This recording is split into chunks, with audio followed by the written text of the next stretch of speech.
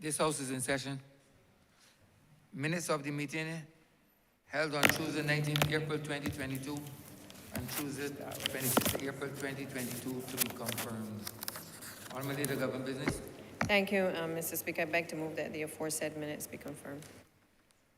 The question is that the aforementioned minutes be confirmed.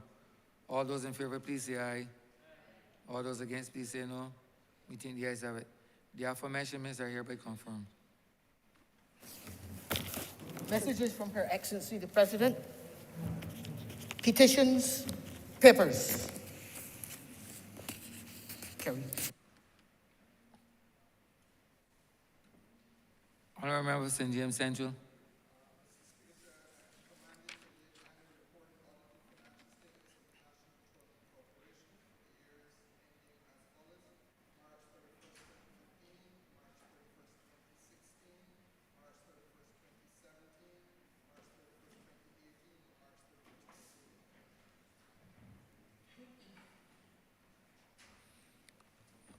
Honourable Member for St. Joseph.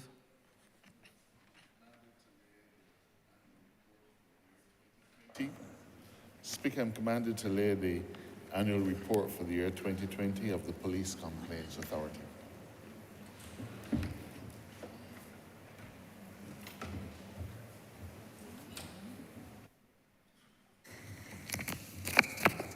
Government notices. Honourable Leader, Government Business. Thank you, Mr. Speaker. I beg to give notice of a resolution to approve, in accordance with Section 5 of the Crown Lands Vesting and Disposal Act, Cap 225, the lease to the Barbados National Oil Company Limited of a parcel of land, the property of the state, situated at Ferry Valley in the parish of Christchurch in this island, for the purpose of a solar photovoltaic power plant and a battery storage system.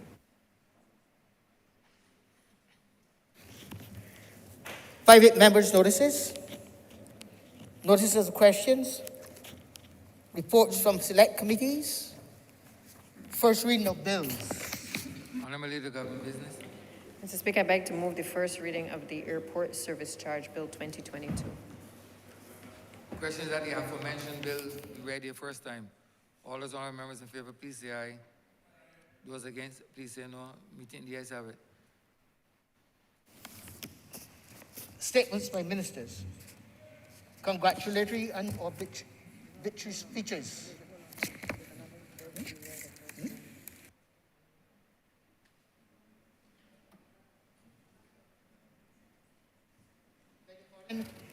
First reading of bills recommitted.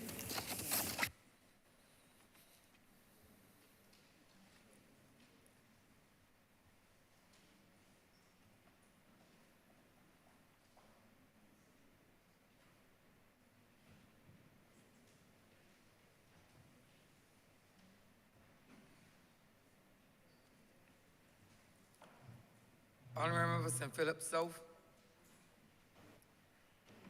Mr. Speaker, I beg to move the first reading of the Animal Disease and Importation Amendment Bill 2022. The question is that the aforementioned bill be read the first time. All those honourable members in favour, please say aye. Those Beg the against, second. please say no. Meeting the ayes have it. I beg to second.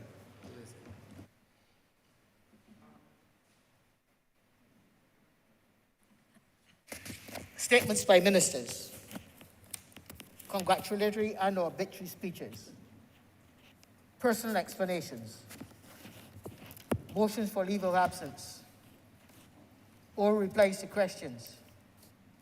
Notice of motions for adjournment of the House on matters of urgent public importance.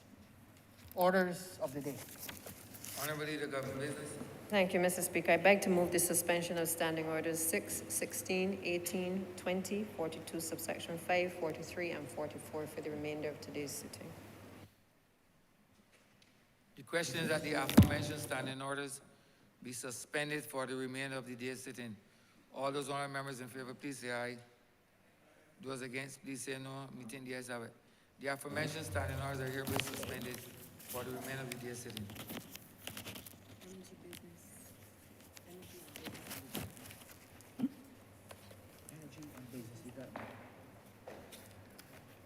Government business, sir. Government business is the order of the day. Is it?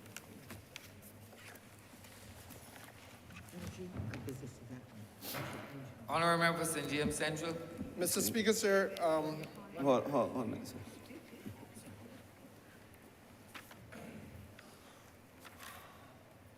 Order number 4, sir. In the name of the Honourable Minister of Energy and Business Development, to move the second reading of the Caves Amendment Bill 2022. tell me when. Honourable member for St. James Central.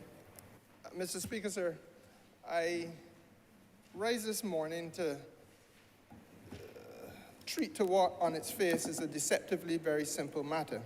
It is an act to amend the Caves Act, Chapter 389 of the Laws of Barbados, sir, and it will be called the Caves Amendment Act 2022 when completed.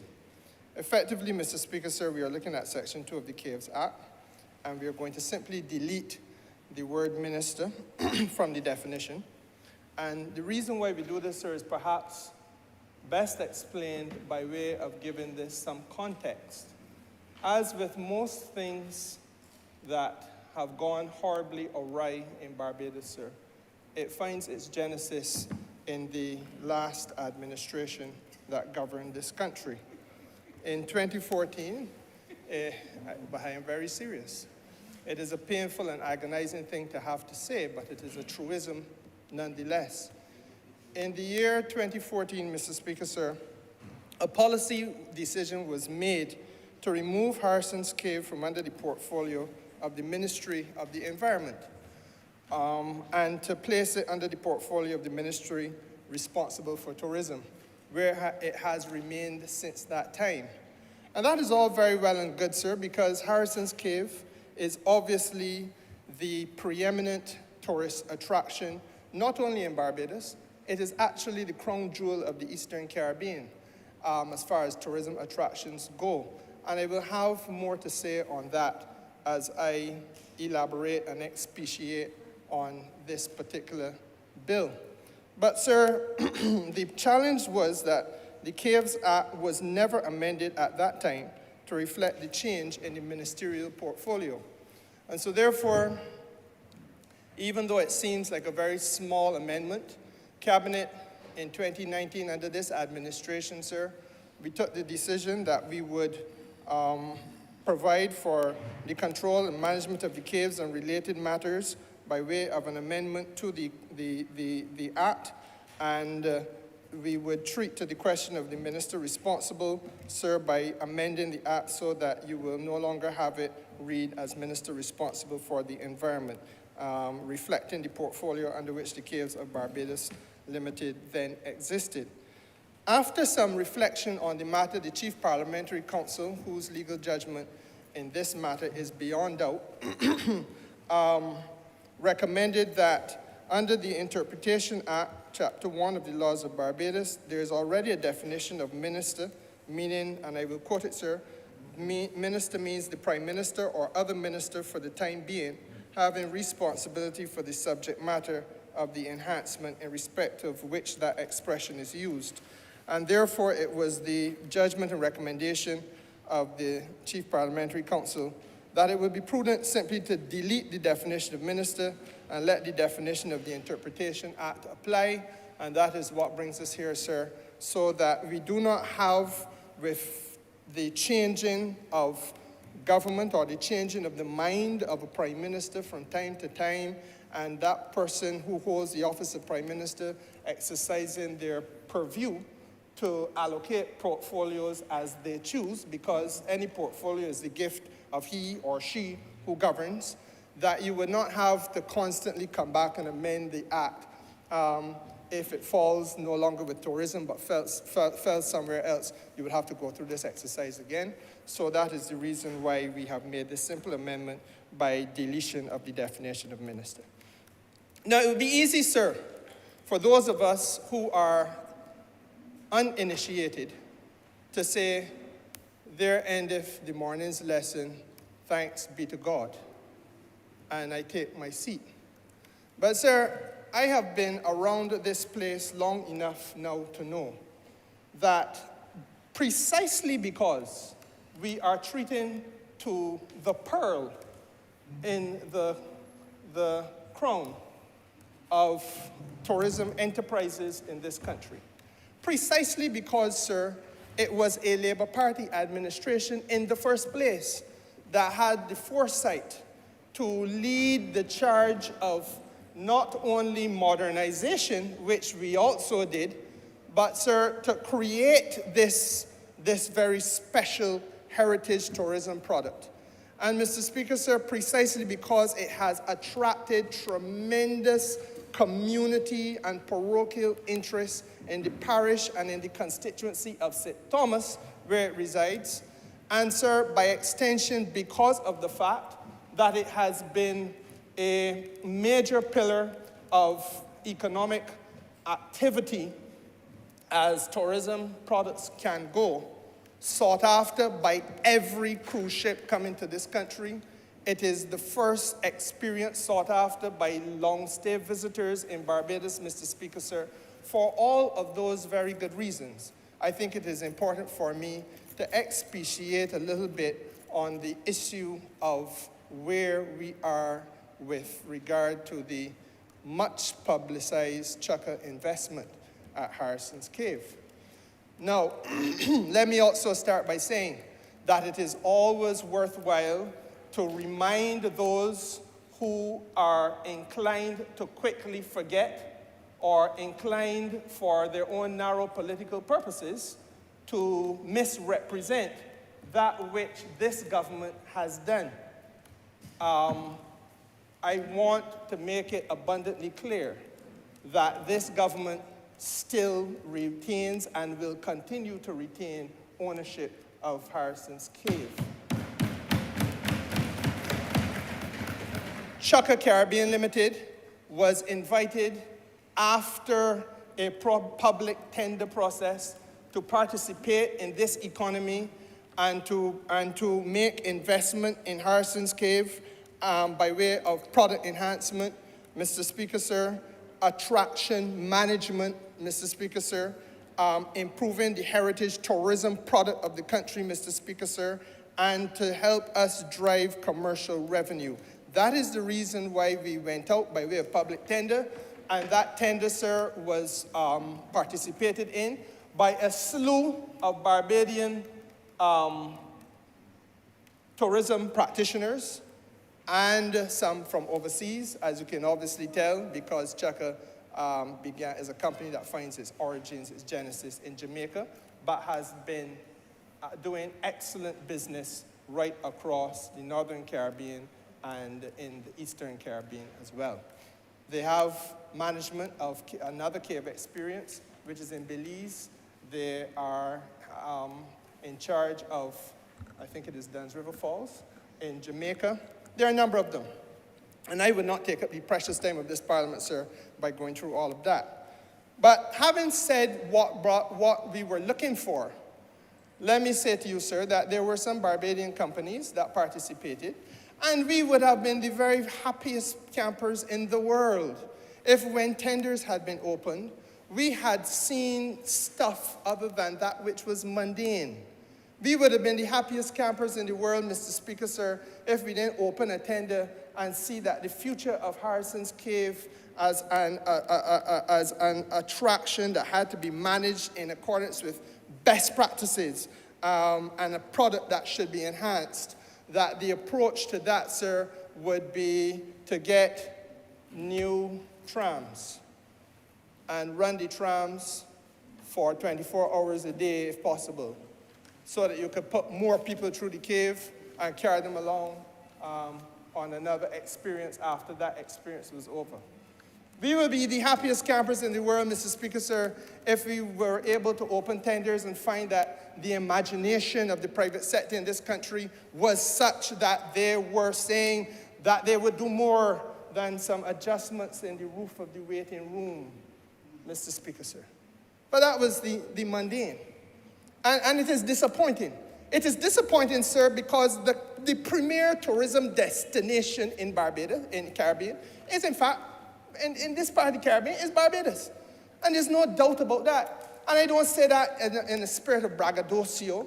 I say it, sir, because we expect, therefore, that the principal players in tourism would step up to the plate and with the greatest degree of creativity, partner with government in an opportunity to make sure that this unique tourism attraction can be the best in class and hold its head up alongside any in the world. So therefore, Mr. Speaker, sir, having gone through the tender process, we came to the Chaka tender. And that tender, Mr. Speaker, sir, reflected a concept that you find almost impossible to resist.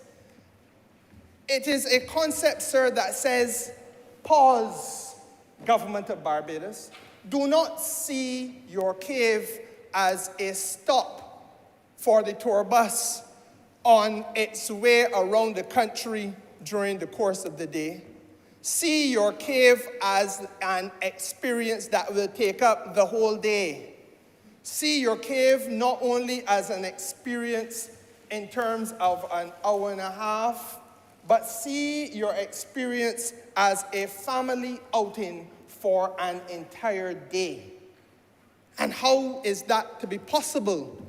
It is possible by putting in place new experiences to complement that which already exists. It is possible, for example, to use the forestry, the trees in the area, so that you will have a zipline experience or several zipline experiences. It is possible, sir, because the cave sits in a sunken area, but we all know that there's an elevated aspect, that you can have a pontoon bridge which takes you across the beauty of the St. Thomas landscape. It is possible, Mr. Speaker, sir, because you can have eco-tours that complement the tour of the cave. It is possible, Mr. Speaker, sir, because of the fact that you can make sure that the family has an outing and things for the little children to do to keep them occupied all day long, such as obstacle courses to accommodate them, sir, as well as the zipline experience. It is possible, sir, because it can be a learning experience even as it is an adventure experience. And therefore, you have interaction, live interaction with the green monkeys, and you learn about that part of this country's ecological development. An aviary experience, again, learning about the country's development. Mr. Speaker, sir, it is possible because while there would be tour guides or assistants to look after the children as they're doing all of these things, mommy and daddy or grand and granddad can take a little bit of rest and spend the day doing something that they had a chance to do. To sit side by side at an infinity pool and hold hands under a cabana, if you please. To have a restaurant that works and functions from morning until night. Not that you got to rush and get your food quick before it shut at 3:30, 4 o'clock for the people to go on home, Mr. Speaker, sir. That was the reality of what Harrison's Cave was. And the challenge that we had was that there was an a government then, with a blinkered and unimaginative view of that which the best tourism product in the Caribbean could offer to the people, not only of Barbados, but the visitors to the shores of this region. And that is why, Mr. Speaker, sir, because of that absence of creativity, this economy, by extension, was forced to continue to languish because there was never during that decade, and they hate to hear it, but I will repeat it as long as I can and as often as I possibly can, sir, and may it stick in their respective craws, that lost decade, sir, during which we squandered opportunity for development in this country. The question is asked, why can we not have, as part of the cave experience, where you have a floor that is 200 feet below the parking area, a giant slide that allows for the adults as well as the little children to spend a little bit of time having fun in this day-long experience. The question is asked, Mr. Speaker, sir, why is it that this is the country that founded rum? exported rum to the world. Ask anybody, where is the home of rum? It is Barbados. Mount Gay, Mr. Speaker, sir, will have an experience. Again, an opportunity for those who visit this country, not only to learn about mixology, but to learn about the history of the major product that this country has produced. And those things, Mr. Speaker, sir, then are married in turn with kiosks for sales, allowing members of the community to be able to come in and to sell their craft, whatever products they have, sir, to be part of an economic experience, sir, that allows for us to retain the cultural product of the country, allows for us, sir, to show off the heritage of the country, allows for us to teach our visitors about Barbados, Mr. Speaker, sir, while at the same time managing that attraction in accordance with the best practices to be found internationally. And that is what the purpose of the Chukka, the decision behind settling with Chukka was. And I invite that cave in the land of our birth is not worthy of that approach to being managed. That the cave, that in the way that I just described it, sir, is not deserving of that level of attention, that level of reinvestment, and that approach, sir, to future management and future activities. Now, Mr. Speaker, sir, it is important to say that while all those things are going to be there, they will be part of the value added only, because it is the intention, sir, to retain the original experience. As I said, that experience stood on its own as being best in class. But our challenge, sir, was that we have always been challenged. And I can speak truthfully to this house today. I'm going to speak candidly with this chamber today as a minister with responsibility, oversight responsibility for the productive sector must. Because it is very important that we hold up a mirror to the people who sent us here so that they can see themselves and we can have a candid discussion about the direction that we are going and what we believe this country is capable of achieving, Mr. Speaker, sir. But at the same time, what are the impediments that stand in our way? And more importantly, we must do in this parliament that which all previous parliaments failed to do. And that is to speak to the people of Barbados about how we are going to remove those impediments without fear and without favor. And there will be those who will be angry about that which has to be said, I have no doubt, because they want to defend positions that they have had and enjoyed for not only decades, in some cases, hundreds of years. But equally, Mr. Speaker, sir, we have to be candid with each other about what is necessary for us to remain competitive and where we have to go. And we cannot, Mr. Speaker, sir, take the next steps that we have to take without beginning a discussion about how we treat to the issue of commercial revenue. In this particular context, sir, the Cave of Barbados, more generally, commercial revenue at attractions and installations in this country that serve a touristic purpose. Now, Mr. Speaker, sir, that for some people is a bad word. Let me start by saying that some of the new activities that I just talked about, I believe, and I obviously am no longer the minister, but I believe, sir, that some of those activities will probably begin to be available to the public from as early as next month. And I'm heartened by that. And as the thinking is that as you continue the experiences, and you're going to bring on stream more and more of the experiences which complement, as I said, lend additional value added to that which the cave was, and that once again, we will have an exciting experience and adventure, an attraction that people will not say, oh, I went there already. I sit down in the tram when the lights went off. I kissed my girlfriend. I think, why down with that there, man? You see, same thing all the time. There has to be more. And you have to find ways, Mr. Speaker, sir, of creatively lending that additional value.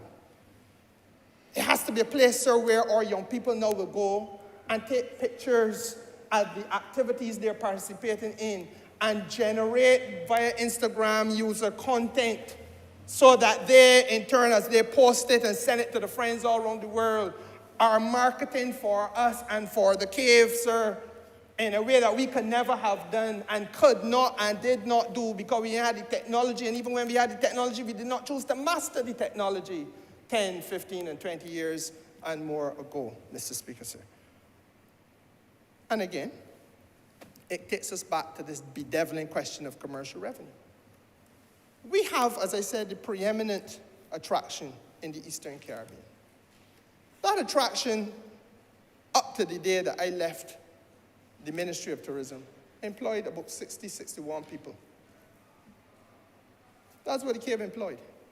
Now, it's impossible for me to understand why it is that the major attraction in Barbados could not be built out in such a way that you are blending more and more to what it is about and to what the experiences are that it offers, so that it becomes a fulcrum for more people to be required to report to work.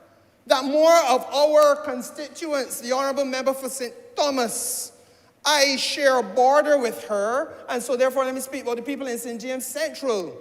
The Honourable Member for St. Joseph shares a border with her, the people from St. Joseph, Mr. Speaker, sir.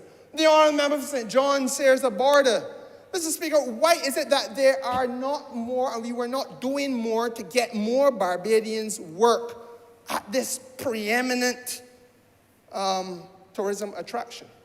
Because we became content that you have people coming off the tour boat, the cruise ship, and that they're going to go to the Cave anyhow. And that come what may, even if it's their third or fourth trip to Barbados, they can still go to the Cave because for some strange reason, we have convinced ourselves that you don't have to improve on nothing, you don't have to improve and expand the experience. People can just keep going there. And that is an exercise in folly. Because unless you continue to refine your product, it is an elementary proposition that you're going to start to lose your competitive edge. And you will lose your competitive advantage. Because there's always somebody out there who is looking to do better than what they're doing now, and they have an eye on you because they want to eat your lunch. Don't let us fool ourselves that nobody else in the Caribbean wants to be able to say, stand in the parliament of their country and beat their chest and say, in my land, there is the preeminent tourism attraction in the Caribbean. Let us not fool ourselves into believing that that is the case, Mr. Speaker, sir. Because that would be an act of sublime folly and political suicide. And so therefore, sir, that is where we failed. And how do we correct this problem of commercial revenue? We correct the problem of commercial revenue, Mr. Speaker, sir, because there has to be, as I said, that value added must be exercises which bring more money, more revenue. When you go into the Cave, whether you choose to charge upfront or whether you choose, Mr. Speaker, sir, to charge per ride or per experience, you are finding a way of having a variety of things that are new, that are going to be able to justify a man putting his hand in his pocket and saying, I can pay for that. Anybody, and I'm speaking no language to this country that they like, because if you use the Caribbean, people just turn the face, the skin up the face and things and so on. That's unfortunate. It's part of our culture. It's one of the things I hope and pray that when I'm done with this or this done with me, that it would have come to an end, but it is a reality now. So let us speak about what Barbadians like. They like to get on an airplane and go to Biden's land, formerly Trump's land, and find themselves lost way in Orlando at Disney World.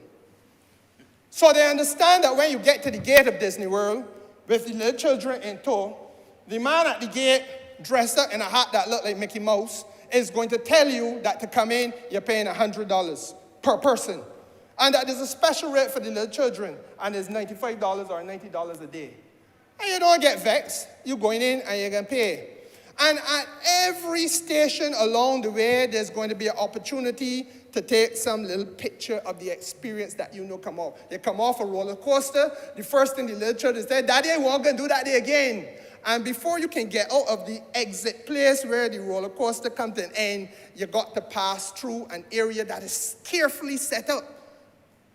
All of the T-shirts for sale.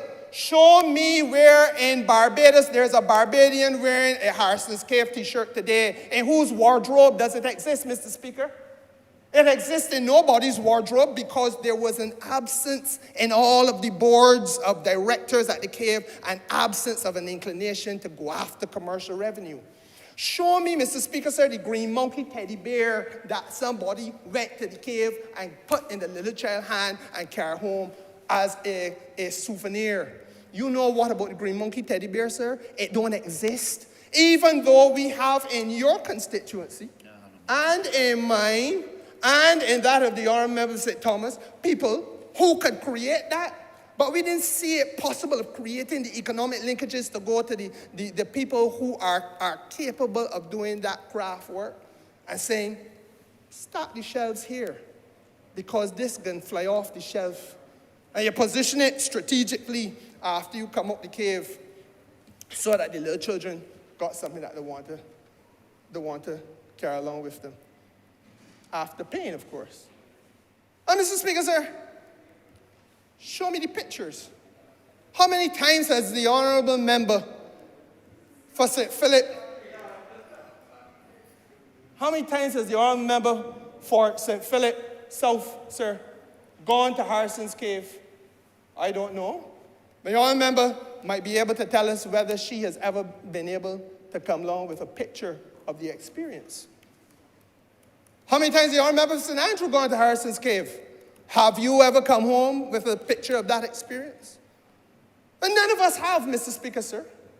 And again, that is part of the commercial revenue, that you want to create opportunities that when the little children come out and they say, that was fantastic, mommy, that was wonderful, daddy, they got a little picture there. And they will compel their parents, because it meant so much to them, to put their hand a little deeper in the pocket and pay that 20 US for that family photo that was taken while you were in the cave. Because it is a real life experience. Nobody didn't pose for that photo as you went through the ballroom. You know the ballroom, Mr. Speaker, sir? You must have remembered the ballroom from the cave. You go through the ballroom, or you're going to any other compartment of that cave, sir, and the camera takes that picture while you are not looking. You are focusing on the chandelier. You are focusing on the stalactites, that work of art hanging from the ceiling.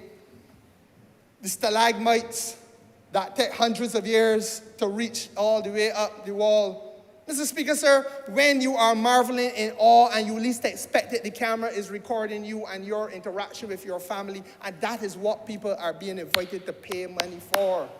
It is part of the commercial revenue. But if the truth has to be told, sir, don't let us only blame those people who have run Harrison's Cave. This is part of the cultural failure in this country. And that is why I begin by expressing then, as I have expressed as Minister of Tourism, and I express again that there is a concern that we have to have about how our private sector approaches these matters. Because, Mr. Speaker, sir, if you go in the airport, for example, you will find that the hardest thing to have created in Barbados was a mall feeling in the Grantley Adams International Airport. It is as though it is the most difficult thing for us to use the creativity of our people, for them to be selling those things, sir, that they create, those things, sir, that they make, those things that they bake, those things, Mr. Speaker, sir, those beverages that they have. Whenever we have taken the step of bringing the working class of Barbados to the table and allowing them to unleash their potential in these spaces, you get a transformational change. But the reason why we have remained virtually frozen in time is because we have contented ourselves of getting off of American Airlines or British Airways and walking through a mall experience in somebody else's country and spending money in somebody else's country in that airport mall experience. But it didn't happen in Barbados because we ain't ready for that yet. That is beyond us. And that was the blinkered vision that stymied growth in tourism in this country. It was the blinkered vision that represented what a democratic Labour Party meant for Barbados, sir, and it is part of the emancipation of Barbados from that caused us to move in the direction, not only here at Chukka, but at the airport as well, in the direction of trying now to bring in those people who are skilled in the enhancement of product and the management required for us to make the transition in these kind of installations. It isn't only true at the airport, it isn't only true at the cave, it is true all around, all around. Think of the experiences in Barbados, Mr. Speaker, sir. Most of them ain't got nothing to do with the government.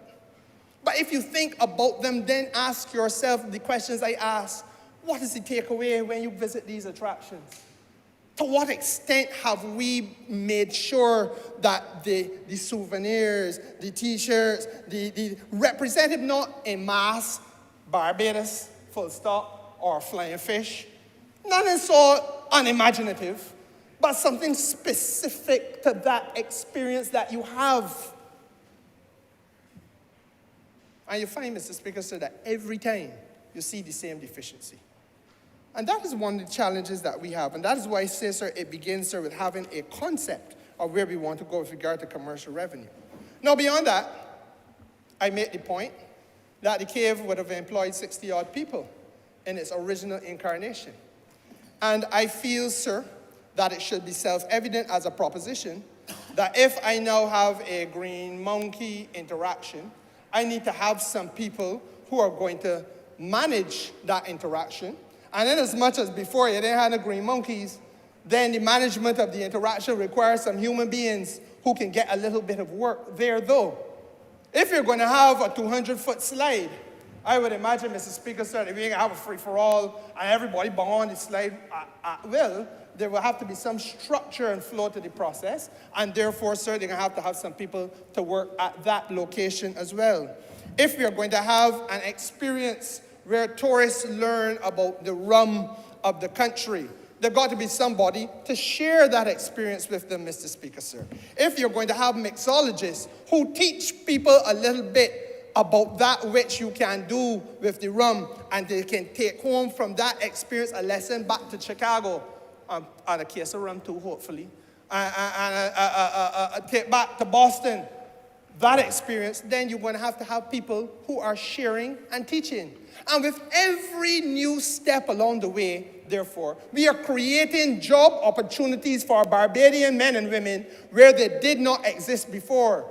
I sat in this parliament, Mr. Speaker, sir, when the solution proffered to what you're going to do about employment was who to send home. The honourable member for St. Joseph would have been here at the time, though not the honourable member for Christchurch West. The honourable member for St. Thomas would have been here at the time. When it was said in this place, on this side, the government benches, tell me who to send home if you want to talk about employment. Shall I send them home from the QEH? Shall I send them home from CBC? That was the flagrant, fecal matter that fell from the lips of elected members of the government bench back in 2014, Mr. Speaker, sir, and 2015. And sir, we are at a stage now where we are demonstrating to them and to Barbados how you can use creatively opportunities that will generate.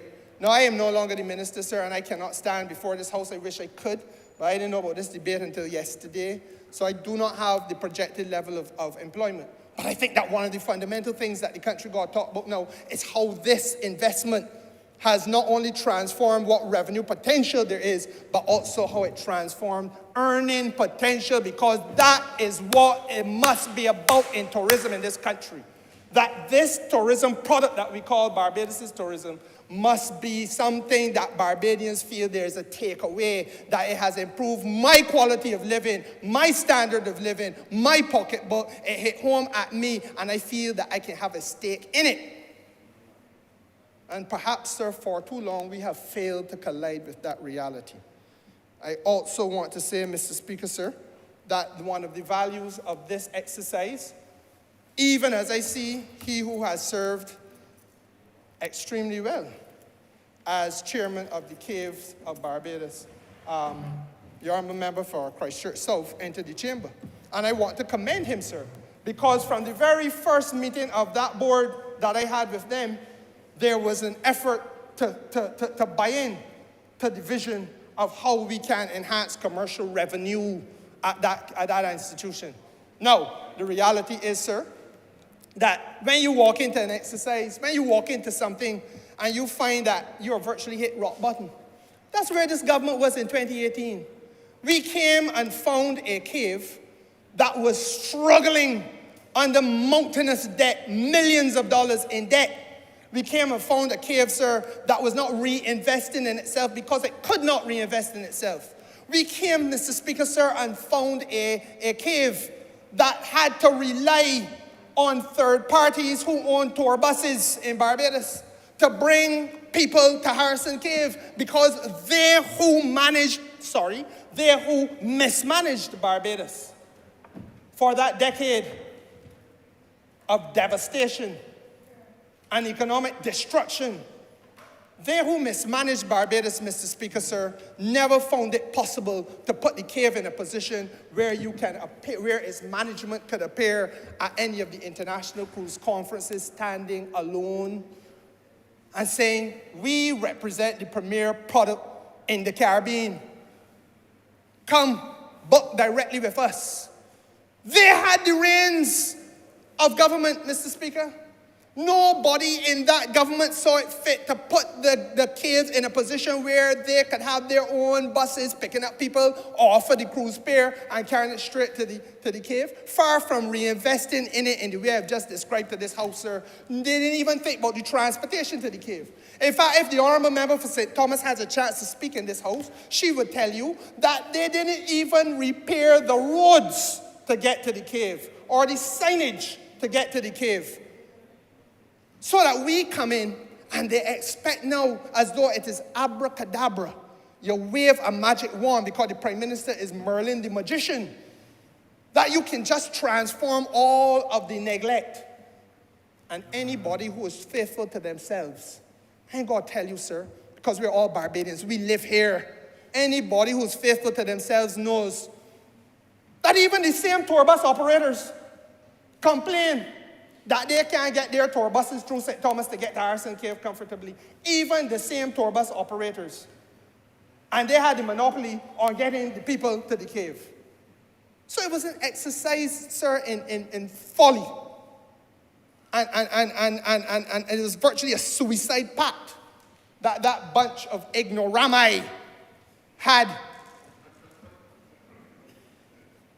One person is ignorant.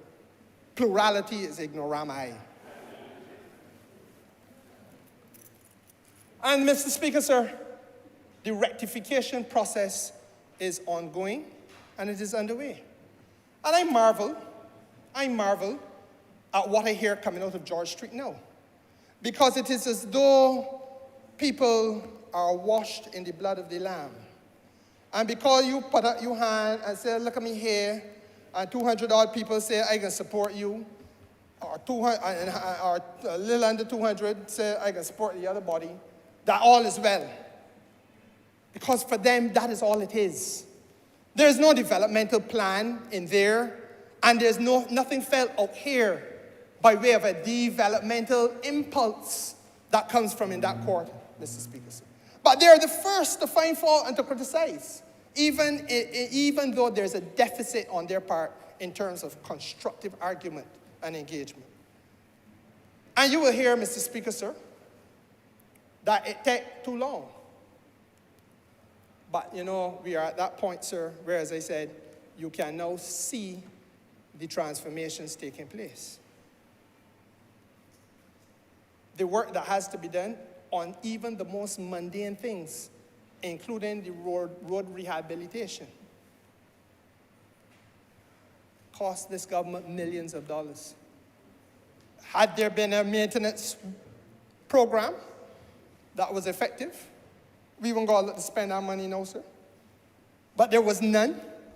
The politics of spite dominated this country back then. And they told us to our faces while we sat in the opposition benches that nothing will be done in the constituencies which were held by honourable members for the Barbados Labour Party. but that is a fact. And Mr. Speaker, sir, it is felt in all of rural Barbados. So that don't marvel now that we have to spend so much money on rectifying water, because we all know what happened.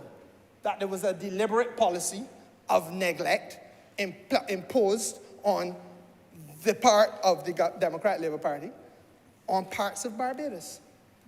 And sir, it goes on and on. Now, the important point in all of this is what the consequences are. Because I say these things, sir, not because I want to live in the past in any way. I really yearn for one, two of them to come in here so they could be engaged. The problem is, I don't know how they can get here. That's the problem. I don't know. In the gallery. But they don't even come in the gallery. They're not even sufficiently curious, sir, to show face in the gallery. Gallery. But the point is this, Mr. Speaker, sir. And this is the lesson that has to be learned, and I want it to be carefully thought through. Because this must be the last time that Barbados goes through this kind of reconstruction exercise. When they were being abjectly reckless and the politics of disregard pervaded the land, Mr. Speaker, sir, they did not know that what was coming down the pipe was a thing called COVID. They did not know that there would be an eruption of La Soufrière. They did not know that Vladimir Putin would cross the border in Ukraine and start a war to confuse the whole of the world, Mr. Speaker. They were just concerned with fattening their personal pockets, looking after themselves, and be damned to everybody else. Now, there's obviously a penalty that they are paying because the public understands this. This is not an accident that in 3 consecutive electoral exercises, because the honourable member for St. George North was one of those exercises, they were completely annihilated. That is not an accident. That is evidence that the public understands it. But the lesson must be that we never again come to this sorry point. Because, sir, what we did was to start to lose the competitive advantages that we had as a country. And it's all well and good to say you can come and build back. But while you are building back, you remember at all times that you are in a globally competitive, a regionally competitive environment. As I said earlier, everybody wants to eat a little piece of your lunch. You're not the only place, we are not the only place that tourists have a choice of going. So as hard as the honourable member for Christchurch South would have tried as chairman, he came in and found a Caves of Barbados, a Harrison's Cave that had hit rock bottom, could not invest anything in its own future, Mr. Speaker, sir, buried in debt. Millions of dollars. It was a dark hole. A dark hole and getting darker. And you had to fight to bring a little bit of light. And so therefore, when the Ministry of Finance decides that, this now is a do-or-die situation and we can't afford to die, the time to recover on our own and of our own volition is going to be too long. We got to take more drastic measures. Go out to tender. Let us find the right parties that can bring the level of capital required.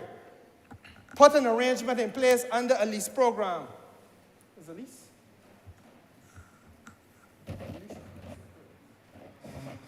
Contractual arrangement to manage the cave.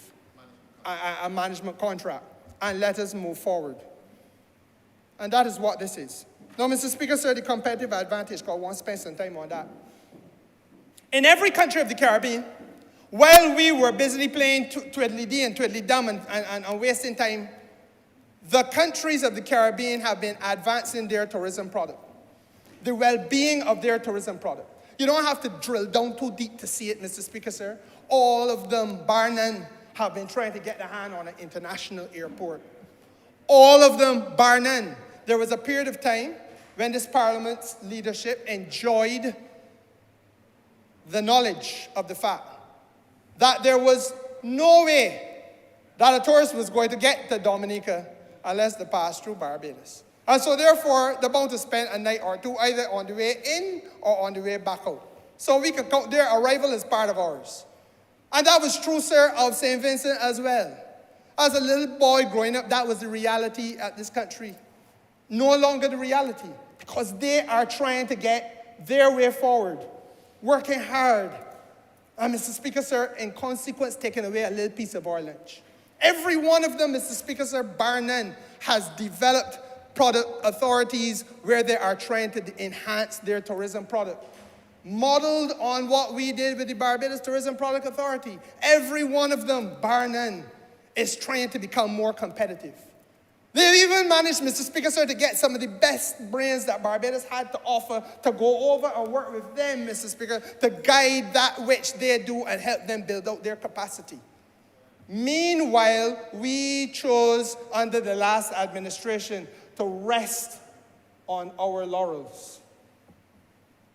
And the premier tourism product in the country and in the Caribbean suffered immensely as a result of it. Now, sir, part of the journey forward has to be about using this cave in a way that allows us to economically build linkages across the society. And I am pleased that under the management contract, Chukka has bought into this.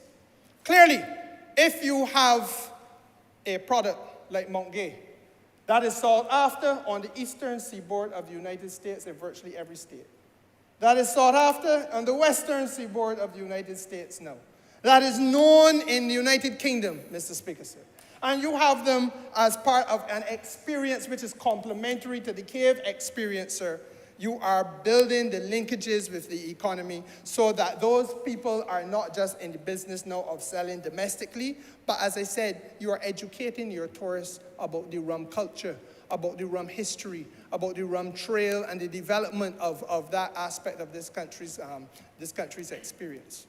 That journey, Mr. Speaker, sir, every tourist who sits down and learns about rum comes away with a better understanding, not only of the product, but a better understanding of the country and what the country represents. And in similar vein, Mr. Speaker, sir, if you're going to have the mixologists working, then it means, sir, that again, we are having the consumption of the alcohol, the linkages are self-evident, and you are taking it one step further beyond where it was before when none of these things was on the table. I have said already, Mr. Speaker, sir, that the sales facilities are understood to be sales facilities on the site which will incorporate Barbadians and that which Barbadians are able to offer and Barbadian product. And Mr. Speaker, sir, again, that takes us well beyond where we were. I want to say, sir, that one of the things that attracts me most about this all is the willingness of the investor not just to come and make money, but to enter into partnership that is developmental. And in all that I do as minister, I find it necessary to say to these people who come, I want you to now have a conversation with me about what you can do for Barbados educationally. I want to talk about what you could do for Barbados developmentally. I want to talk about what you could do for Barbados in terms of our broadening our people's understanding of how the whatever it is that you are bringing to the country can enhance the well-being of our society.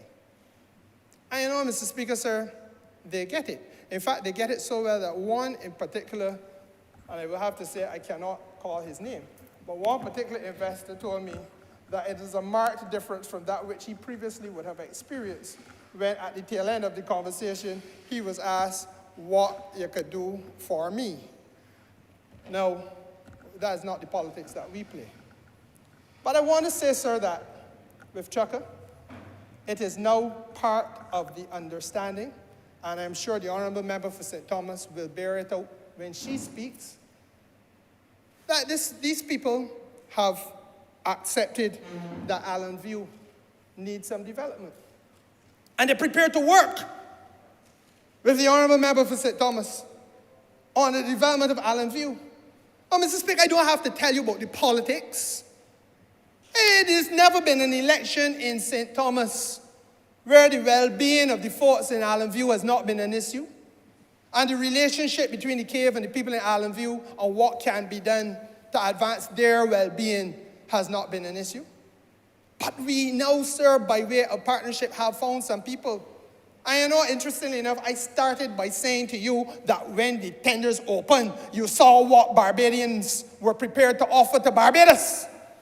And the reason why I become a little bit inflamed on this matter, sir, is that people who grew up here, who understand the challenge of here, who employ people from about here, remain silent in their proposals about something as fundamental to here as the area where people live in Allenview.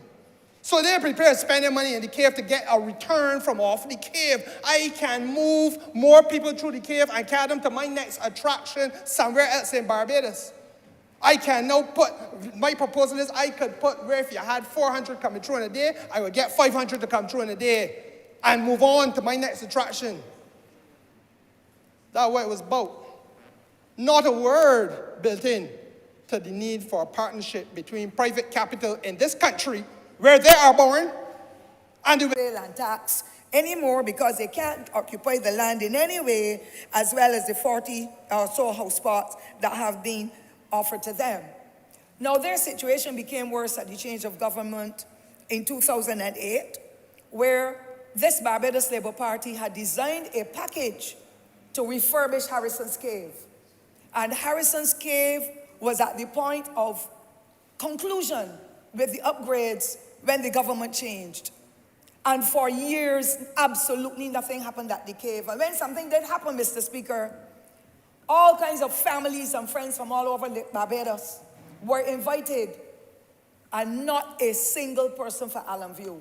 I was invited, and I felt as though I would cry, and I did express my dismay and my anger at residents of Allenview who sacrificed, changing their whole lifestyles and everything after so many generations. None was invited when that honourable minister at that time from Christchurch East would have been the Minister of Environment.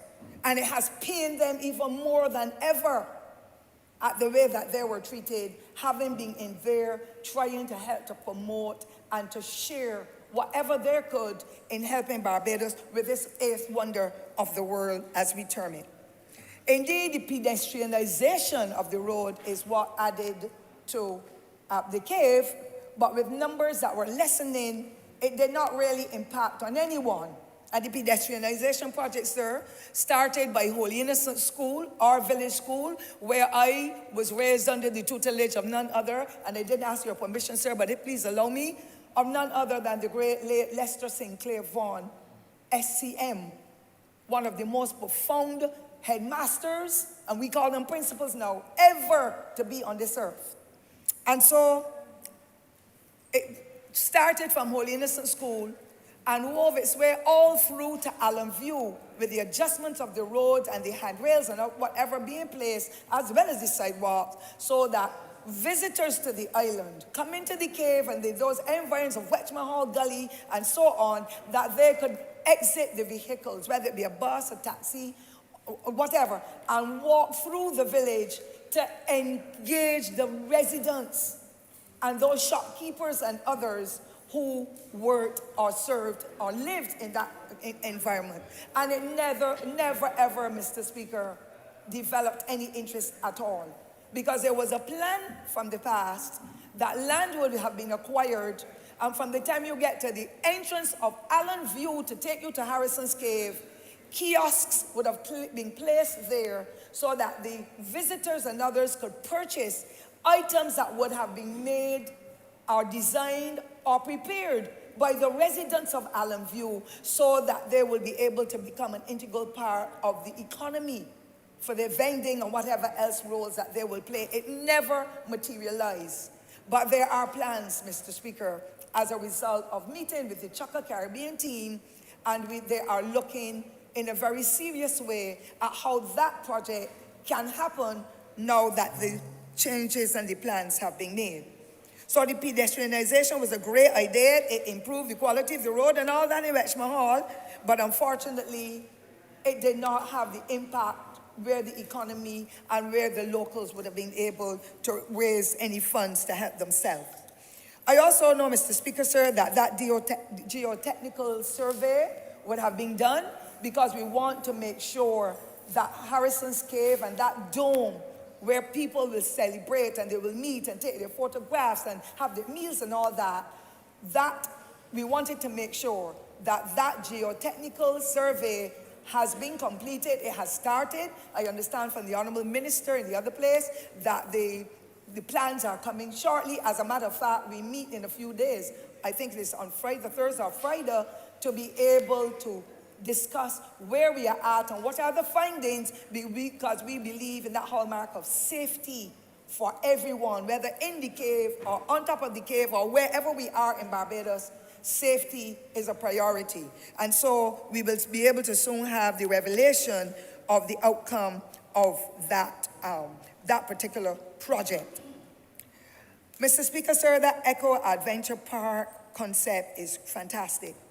But I want to indicate that this, I met on the 13th, which is Friday gone, with the team from Chukka, and I am feeling extremely elated to see that the engagement of the residents now will actually take place. It is the 4th session we have had with the team, and the locals have formed a community of persons who will meet and discuss and help to plan and then share the information with the residents who are very much on board, Mr. Speaker. Having gone through and worked with them and canvassed with them in teams, we are now satisfied that representatives from the village sit on that special committee that meet with Chukka. It has never happened before, as far as I am aware, with what would have been the Harrison's Cave under under our government. And so the plans are there to be able to make a difference.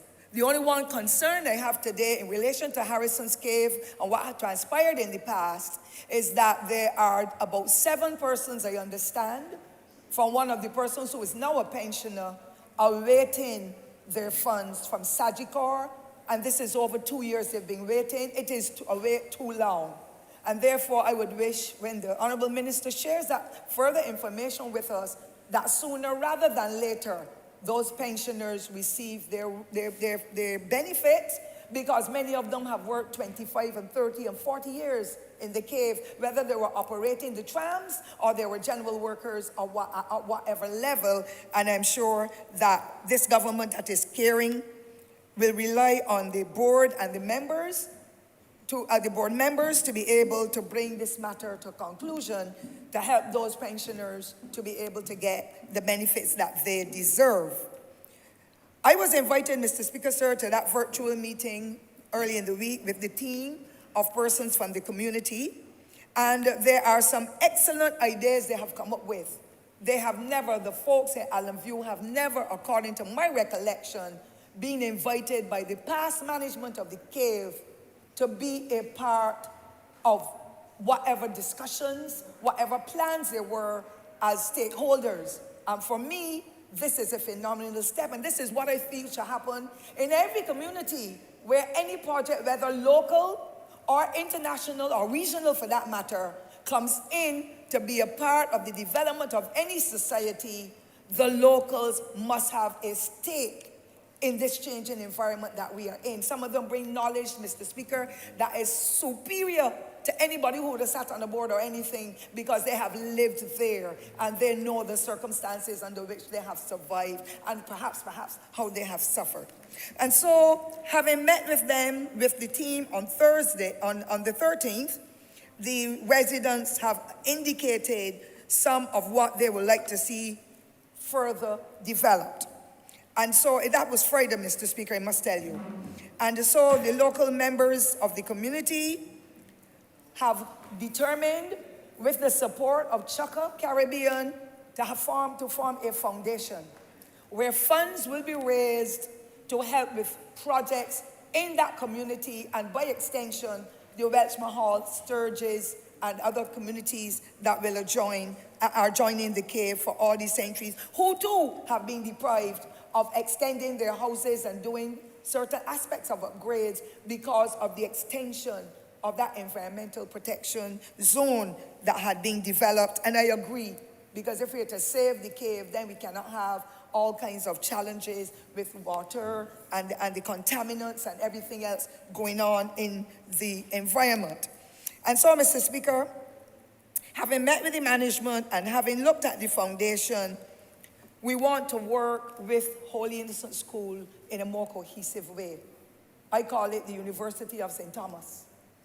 And plans have already started, and the plan is to provide scholarships for the children. And I'm not talking scholarships now as though it's a high school, you have to pay school fees, but scholarships through engaging the family, providing funding, providing hampers, providing tablets, helping them with their school uniforms, with their school books, because we in St. Thomas need employment too. We are suffering, and as a result of that, we would wish for families to be able to be further engaged and empowered. They want to look at sports. There are a lot of sporting groups in the parish. We are getting our lights at the Holy Innocents Pavilion. We're looking for repairs there because that is close to Allen View as well, and close to my heart, because it's called Holy Innocents Pavilion. And therefore, the team wants to work with the sporting groups as well. We're very strong, Mr. Speaker, on netball and cricket. There's a lot of football and basketball too, but Chukka Caribbean has agreed that they want to engage and do some form of sponsorship to be able to help those in the sporting arena. And we know that many young people are the ones, Mr. Speaker, not your Acer or mine, who will be out there playing netball or basketball or football, but they are the ones with the energies, and once they are meaningfully engaged and they're exercising, it means that they will be less attracted to negative behavior, crime, and whatever else might engage their minds. So I'm really very happy to learn of that. We also want, in our plans going forward for the next couple of weeks, to be able to honor our senior citizens from the village. And I am so proud, Mr. Speaker, having been raised in the communities, to know that Allen View might have had about 6 centenarians living there, and quite a few people who live on to the 90s. And therefore, when we go down memory lane with them, the plan is, let us look to see how they can be engaged in the cave itself on some special evening, and go down memory lane, talk about what it was like in childhood, talk about what happened in 40 Acre and adjoining community, even talk about a young child who had been murdered by the plantation owner way back, I believe in the 40s or the 30s or 40s, and how Allen View even became more cohesive because of the challenges that emerged as a result of that experience. So the seniors are going to have their say to be honored down memory lane.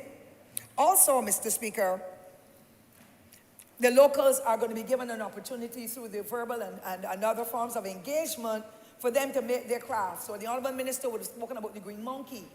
But there are people in Allen View who are excellent, skilled people who can weave using what I call the raffia, people call it the cane lily.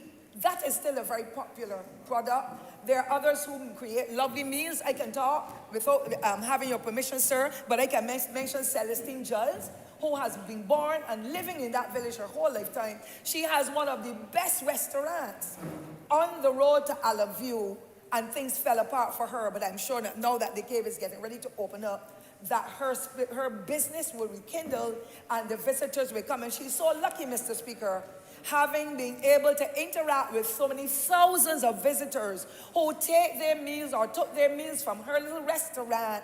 Some of them even sent tickets for her to travel to their countries to be able to get a feeling of the difference and to show how they appreciated the hospitality.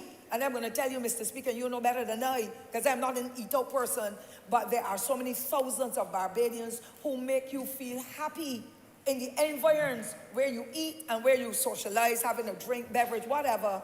Those visitors love Celestine to the bone. And I'm saying she is one who has determined, I am going to work hard day and night to improve my quality of life, and the visitors love her much the same. And I think it is important that by the time the kiosks go up, that more residents will get a more intimate engagement so that we can continue to sell Barbados as only a smile away. And therefore, I am happy to hear about that engagement with the locals making the craft and not bringing things from any other country that is being sold here for next skin to nothing. And our residents are there in a corner with a little stall or whatever, a kiosk, and everybody bypassing them. It's too expensive. Whenever we go all over the world, I went to Canada, and I can't even remember the name of the Coney Island I went to, Mr. Speaker. All kinds of items were they're being put on sale, and I'm sure that those items were probably made in Canada, but we want the Barbadiana to continue to reflect, and we want a Shirley Stewart and other people to be there with the background playing some music and making life happy, and some of the members of the escorts and so on. That will make a difference in what's happening in the cave.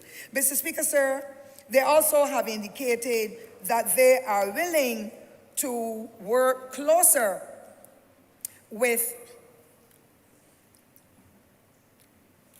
honoring the youth in Allen View.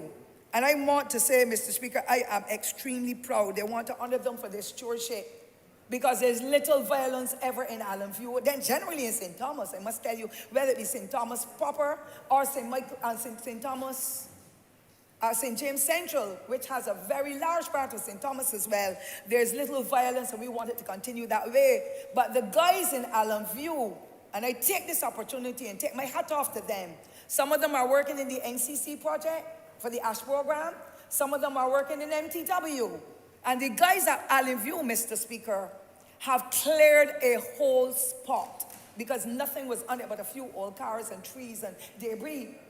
And Sammy Screws and his team in Allen View have cleaned it off and are ready to move forward with making it into a play park for the residents of Allen View whose children have to play on the road every day. And I thought that that was profound. And so Chucka team have determined we want to be a part of it. We're going to join with NCC. And we want to be able to do some sponsorship. We even want to plant a tree or two on Arbor Day in the same location. That is as positive as we could have gotten in our discussions, Mr. Speaker. I want to highly commend those young men and women who have gone into Allen View and said, I'm not waiting on government alone. I am going to work together to change the whole culture of our village that has been so profound and so cohesive for so many, many generations. And Chuckle team have indicated we are willing to help to put on some bench tables, and so we will work hand in hand. So they're going to have some kind of dialogue through me or directly with the Honourable Minister or his team of technocrats to be able to see how the partnership for that play park can work out to make a difference in the lives of people who for many years lived in the village but were always shut off from the cave. And they always say, as them and us. Now, the people out there in the cave, they don't look on us, they don't give us this, they don't help with that. You can ask from now till the cows come home. Now this private entity is going to be an integral part of what is going to happen in Allen View. I want to say, Mr. Speaker, that I am extremely proud to be a part of this transition. I want to say that the residents have put confidence in this Barbados Labour Party for having the vision to be able to work closer with the Chucker Caribbean organization and to transform what we are offering. I am sure that they have already agreed that they will want to offer free passages for persons who will come, probably to give vouchers, whatever it is that you give, to be able to let the residents come in and have a look. Because there's no point in me on the outside, having sacrificed my entire life for so many years, and then you come and open a new entity, you don't even give me an invitation to say, come and look, even if you can't buy.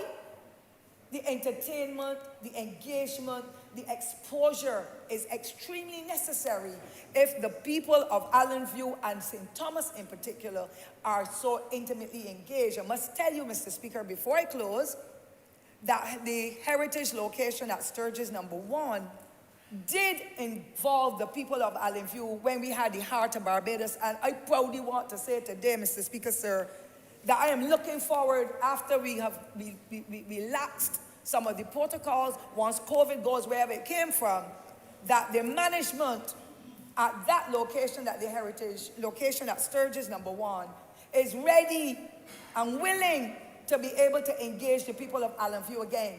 They had been well coordinated. Whenever the Heart of Barbados came about every year, the teams from Allen View were the ones that took center stage in the tour guides, as the persons who would have the stalls, as those who would be engaged in whatever summer camps or whatever the sponsorship was for Holy Innocents School. The residents of Allen View were, and they feel very dejected now, not only because of COVID, but over time, the last Democratic Labour Party government did not engage them and shut down a lot of the projects they were doing. Thankfully, it is still there, and the staff is looking more forward in a more positive way to be able to rekindle those spirits and to be able to deliver and achieve some of those objectives in embracing and engaging the residents of the parish.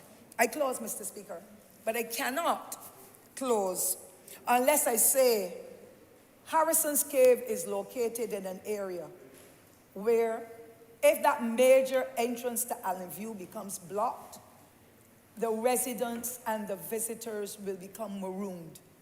There is a special road called the Sturgis Agricultural Access Road, where the then Honourable Member from St. Joseph at that time, who is now Sir, he had, because of the interest he had in agriculture, that entire area that will exit, come through to Allen View and exit through the Sturgis location where the plantation house was, and then go on to Bloomsbury and so, that road served well so that persons can get in and out to upgrade the agriculture, to develop whatever, to purchase, but that road has now fallen into the state of a cart road.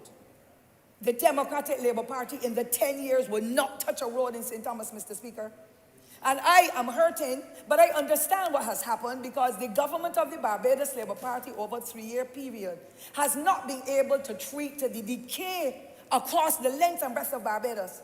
I am asking my government to treat to that agricultural access road, because when we went in there through Tropical Storm Elsa, one massive breadfruit tree fell just before we got into the direct entrance of the cave. You should see us, Mr. Speaker, sir, from the disaster management team. I thank them. God bless all of those across Barbados. But those, the disaster organization, the local organizations, and a builder contractor from Christie's Village, he sent us his chainsaw or whatever because nobody could get out of Allen View, leading on to where the cave is. So the plan is for that agricultural access road to be properly upgraded to exit just in case anything happens. But there are residents there who are waiting for that to happen. I know that Rome was not built in a day. I know that the government cannot do all of the roads, but if we want Chukka, with the generation of these millions of dollars in our economy to make the difference, to raise employment, to make people feel comfortable, to look after their families and so, I believe that this one will help to make a tremendous difference and not to have anybody marooned in the village, whether they are locals or they are visitors.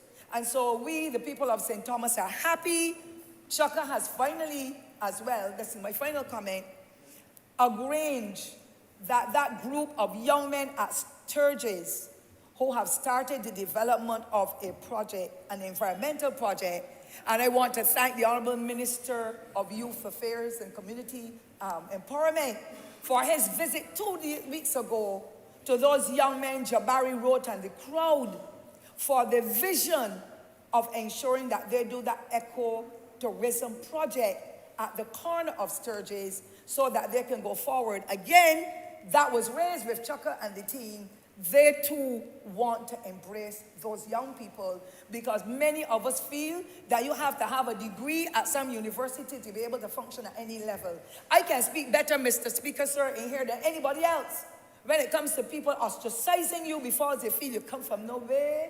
Oh, he's a wild boy. Oh, she didn't go too far in school. And that mentality that is killing Barbados. We have excellent people who were our foreparents that hardly went to school, but they were steeped in faith, some form of religion. They were taught how to cut and contrive. They were taught thrift. They were taught how to have community life and embrace everybody despite what level of development they were at. All of a sudden, we have cleaned out our communities. and gone to live in other places and have forgotten from whence we have come. These young men at Sturgis, I highly commend them. I thank this government for the attention that's being paid to them. And NCC has been on board with them as well. And I'm sure that once we keep on this trajectory, Mr. Speaker, St. Thomas will again be the gem and the heart of Barbados. And when your heart is dead, Mr. Speaker, you're nobody. Our heart is beginning to kick in again after the devastation by a Democratic Labour Party, that did not give us a single road. When a minister came, when the H-Hill Road was to be done to Shop Hill, and told the staff from the depot at Bagatelle, man, don't touch that door. She had 40 years to build the road. And that road is one of the worst. I remember you have 2 more minutes. Thank you, Mr. Speaker. I really don't need the extra minute, except to say that I am really very proud to see what has happened in Allenview and the lease of the Harrison's Cave to Chukka, Caribbean, and how the people of the parish of St. Thomas will benefit in forms of employment, in forms of performance, in forms of that are beyond what I can envision. And therefore, I want to thank you and to thank the Honourable Minister who's in the other place, as well as the other member for St. James Central, for the efforts that would have been put in place for us to be able to come thus far in this short space of time. And I give my blessings to this government and to Chukka and the residents of Allenview and the environs of St. Thomas, whom I believe will benefit for whatever engagement we have had with the persons who are managing that particular project. I wish to thank you, Mr. Speaker, for giving me the moment, and I trust that God will continue to help us to live to see the unfolding of a novel project in this part of the hemisphere that will not only generate employment, but will give us aspects of entertainment and contentment, seeing that we are going through this bad experience with COVID and the other aspects of natural disasters that would have impacted on us. We are going to survive with God's help. I wish to thank you, sir.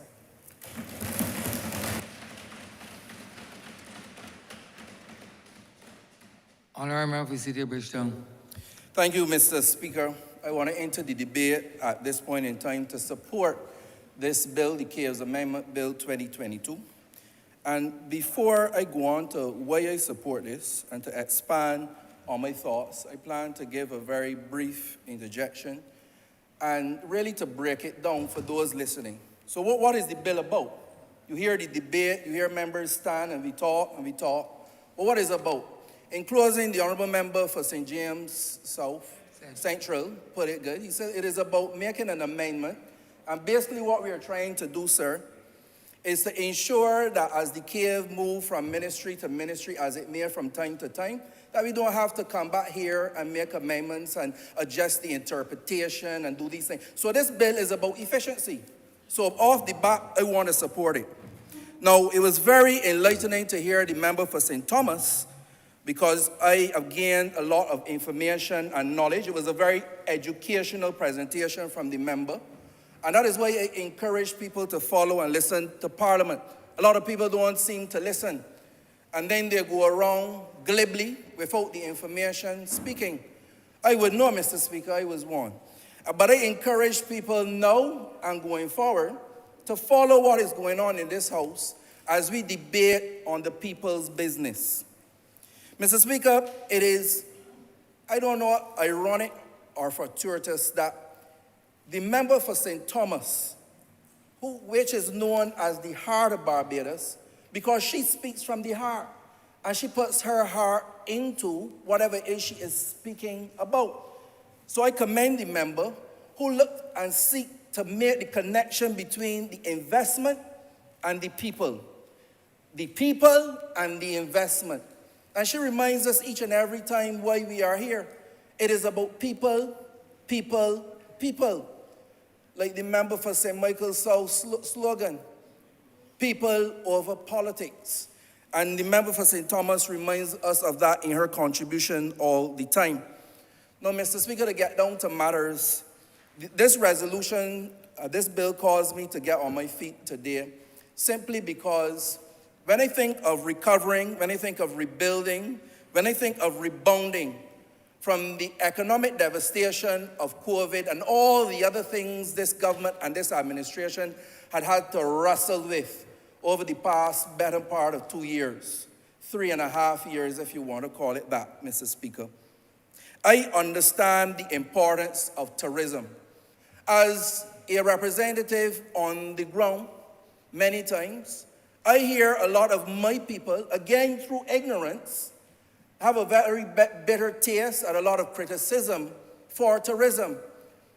But I do not blame them, Mr. Speaker, because at the end of the day, sir, it is done out of ignorance. It is done out of ignorance of an understanding that although the figures may vary somewhere between 34 and 36% of employment through tourism, and sometimes when you add on the indirect contribution, you can go as high as 50%. Match directly to that, to the GDP. In other words, the money that is brought into this country. So without understanding that, I think it is not given the due.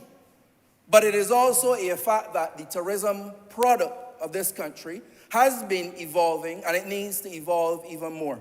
Some critics of tourism point to the fact that we more have a hotel industry than a tourism industry. But when I think of the project here today, the Harrison Cave, the Shaka, and the development, the parks, the water park, the pool, the bungee jumping experience, I think of an expansion of a tourism product, hence a tourism industry. Because all the exit surveys, and you can go back years, sir, and you ask yourself the question, what is it that the tourists come to Barbados for? What is it that they like? And we understand it is not the Chiquita banana. It is not the AC in a hotel room. It is the people, the friendly people, the guard, the maid, the porter, the beach operator, that some of them is take and fly back home with them for all types of reasons, sir. But we understand that they enjoy and they like the people. They also like the relaxation, the beach and so on. But what we have to do and what we are doing is expanding our tourism product to match the tourists of the 21st century. Because there is a new tourist, and I know, sir, that as you move around, you see them. For the first time, you will see and developing a tradition of seeing tourists on the ZR buses, the ZR vans. I see them. You see them in the supermarket. Before, they would have shop at the convenience store at the hotel. Tourism, based on research, and if you doubt me, sir, you can ask me. You can go and see that tourists today are more adventurous. They want a local experience. They have been telling us that time and time again. But because sometimes we don't like to listen, a lot of the time we find that when we are developing industries like this, we do not move with the times. And hence, we have tourists, and we believe that they want to spend the entire vacation cooped up on a beach or cooped up in a hotel. I believe that attractions such as this, that we are debating and talking about today, Harrison Cave, known as Barbados' #1 attraction, as the member for St. James Central put it, it is not just about passing through now. You can have an all-day experience. You can have a part-day experience and then move on to another attraction and spend some more money. Because I know a lot of times we celebrate airlift, which is fantastic. We celebrate arrival numbers, which is great. But the thing that we need to focus on, and it is very important, is the spend, man.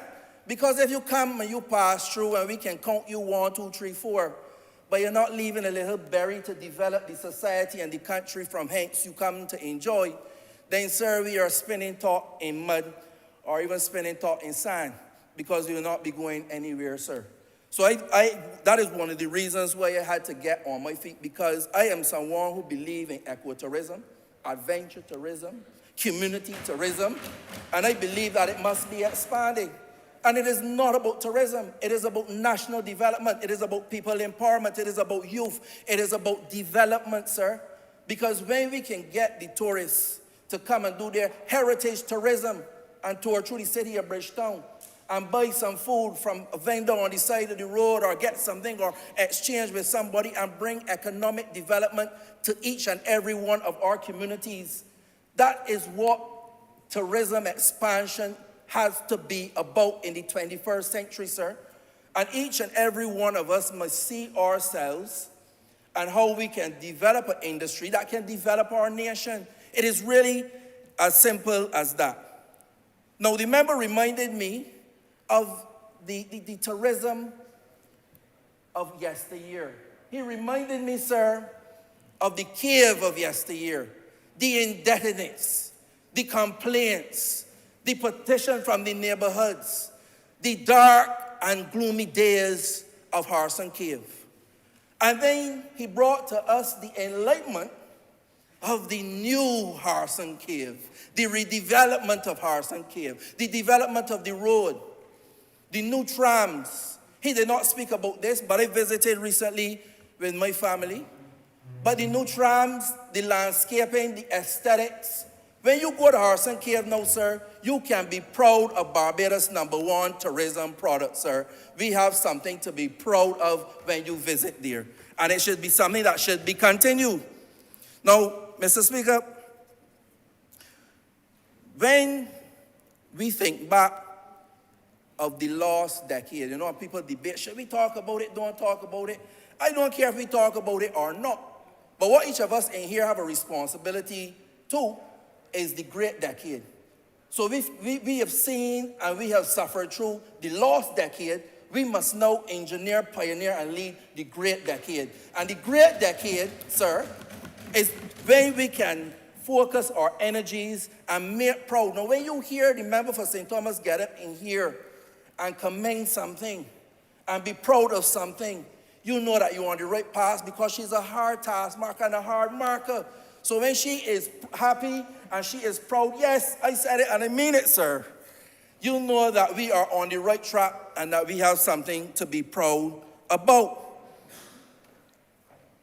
Mr. Speaker, I want to encourage each member in here to think how whatever their program, whether it be in the ministry or in their constituency, how can you engage with tourism? How can you engage with tourism? Because it's not only about getting the revenue, it is about getting the foreign exchange, the foreign currency. A lot of times, when I think of tourism and the improvements that can be brought to bear, I think of Pelican Village and how much more can be done there. I took a tour there with the chairman of Export Barbados just recently, an official tour, I must say. And I am very impressed with the development and the ideas and the direction that we are taking the BIDC and Export Barbados in. I always had a concern, again, we will count arrivals coming off of a ship. And people pass through and they don't spend a yin, a yang, or a iota, because they had 7 stops before Barbados, and when they get into Barbados, they get into the port, they get into Pelican Village, they are seeing things that they saw at the last 7 stops. So, Mr. Speaker, because they are seeing those, at those stops, the money is stopping in their pocket. Mr. Speaker, sir, we need the money out of their pocket. We need the support for our economy, our people, and our national development. Therefore, we have got to get creative and continue to be creative as we move and look at the development of not the hotel industry, but in developing a Barbados tourism product and a Barbados tourism industry that we can be proud of. Mr. Speaker, moving through in the city just this weekend, although it was through there few months ago regularly, someone pointed out to me, they said it is the only slave house in the city. Out there just by Cat's Castle, through there. And they said, yes, the tour guides, we all know of Mr. Marshall's work, they pass through, they point to it, it's crumbling. And that is when I say to ourselves, we do not understand what a tourism industry and tourism product is about.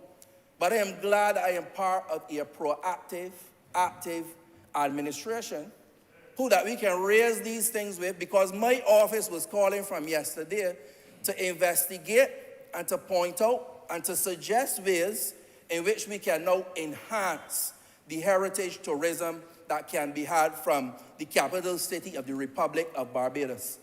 Because we had residents out there that pointed out to us where the slaves would bake the bread, where they would iron the clothes. I must admit, standing in that historic place and receiving that history, on one half of my heart, it was bleeding with pain as I think about our roots.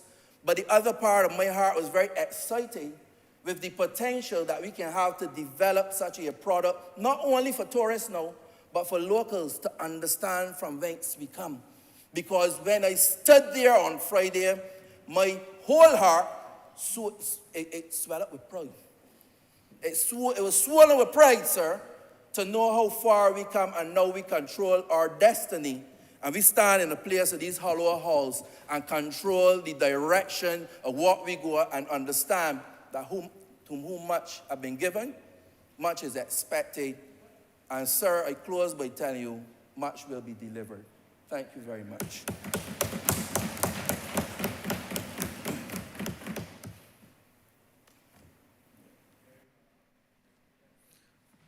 Honourable Member for St. James Central. Mr. Speaker, sir, I want to thank all honourable members who spoke in this debate. In particular, sir, let me reflect on the very sage comments of the honourable member for St. Thomas, who I think more than adequately captured that spirit that we would want to see in all exercises of this nature, which reflect an effort at partnership with the private sector. As I indicated, sir, in the lead speech, I do not believe that we can have anything other than, or we should seek for anything other than the best possible types of engagement when we work with the private sector, especially in an area like tourism, where, to be frank, we have an immature industry with a breadth of private sector experience and expertise.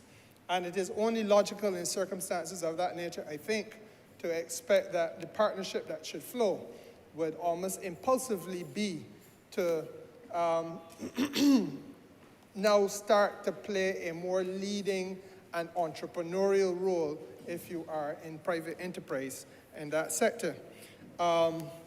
It therefore means the world to us as a government that we can have a partner come into play and focus on things that are obviously challenging for the government, like delivery of tablets and assisting with scholarships for the development of our young people at school.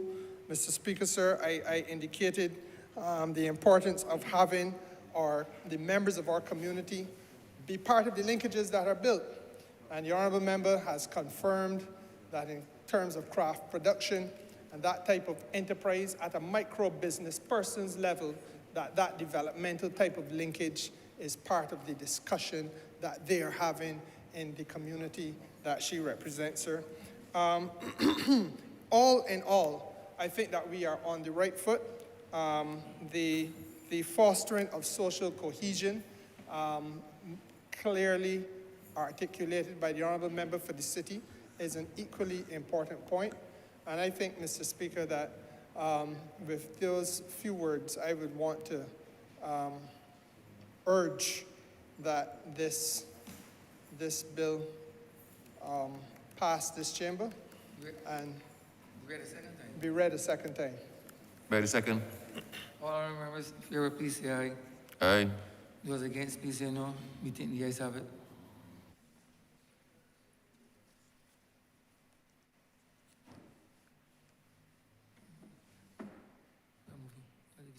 Mr. Speaker, sir, I beg to move that the bill be read a third time. No, sir. Sorry. That I leave the chair. I beg to move that you now lead the chair. And you also go into committee, resolve the 17th committee for further consideration of the bill. President, the Speaker do not leave the chair and the House resolve the 17th committee for further consideration of this bill. All those honourable members in favor, please say aye. Those against, please say no. I think the ayes have it.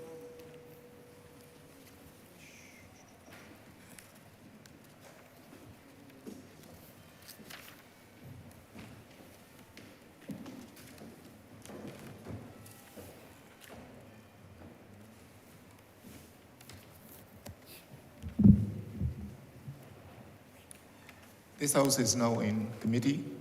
Clause 1. Mr. Speaker, I beg to move that, Mr. Chairman, I beg to move that clause 1 stand par.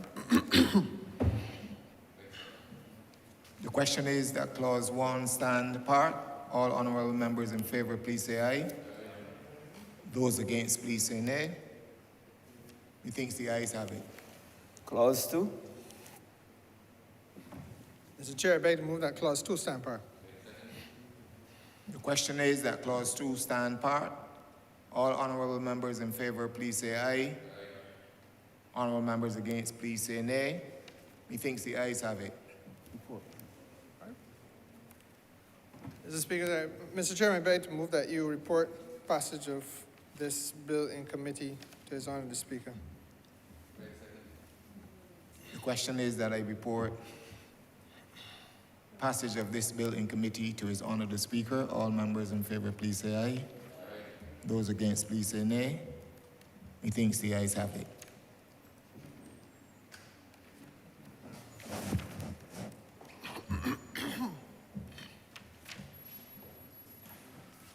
The chairman of committees is reporting the passing of one bill in committee.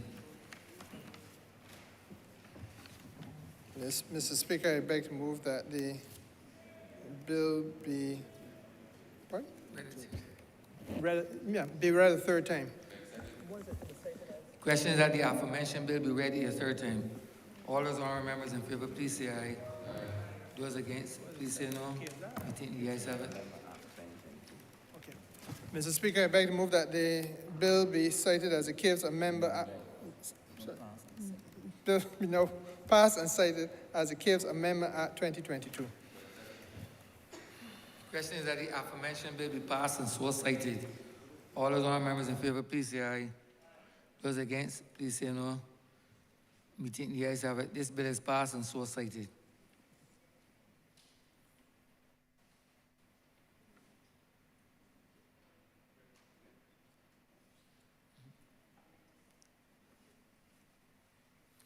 Honorable Leader, government business.